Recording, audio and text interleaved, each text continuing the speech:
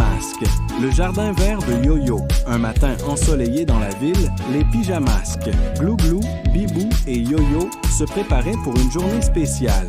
Glou-Glou était particulièrement excité, car aujourd'hui, c'était l'inauguration de son tout nouveau jardin vert. Glou-Glou adorait les plantes, les fleurs et tout ce qui était vert.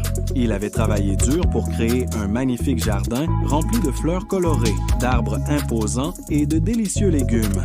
Ce jardin rendra la ville plus propre et plus joyeuse, dit Glou-Glou avec un grand sourire.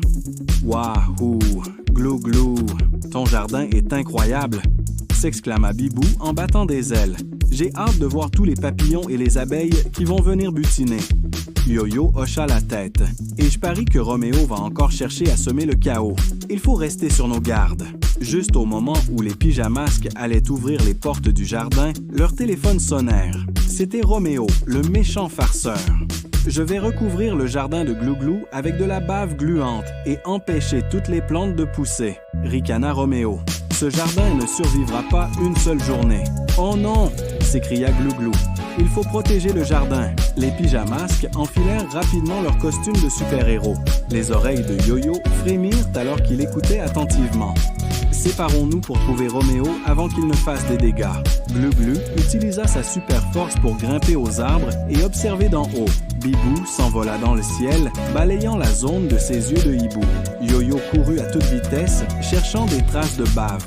Soudain, Bibou aperçut Roméo près de la clôture du jardin, tenant un grand seau de bave verte.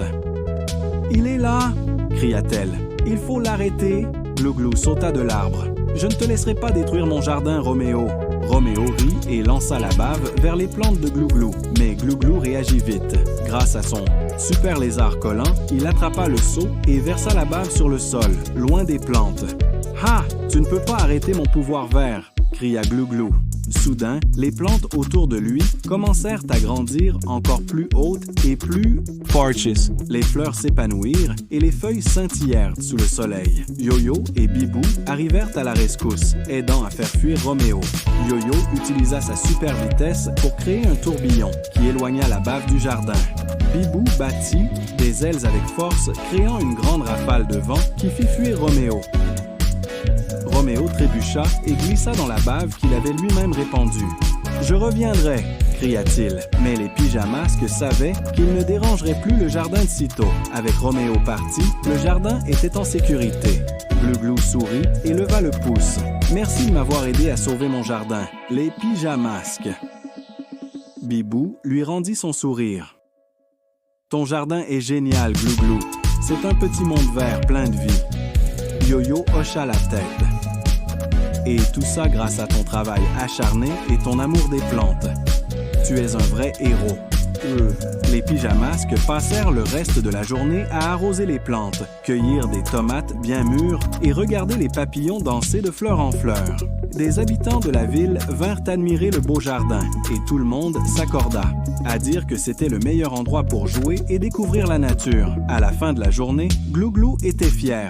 Les jardins verts aident la planète et nous rendent tous heureux, dit-il. Et avec des amis comme vous, nous pouvons protéger notre monde.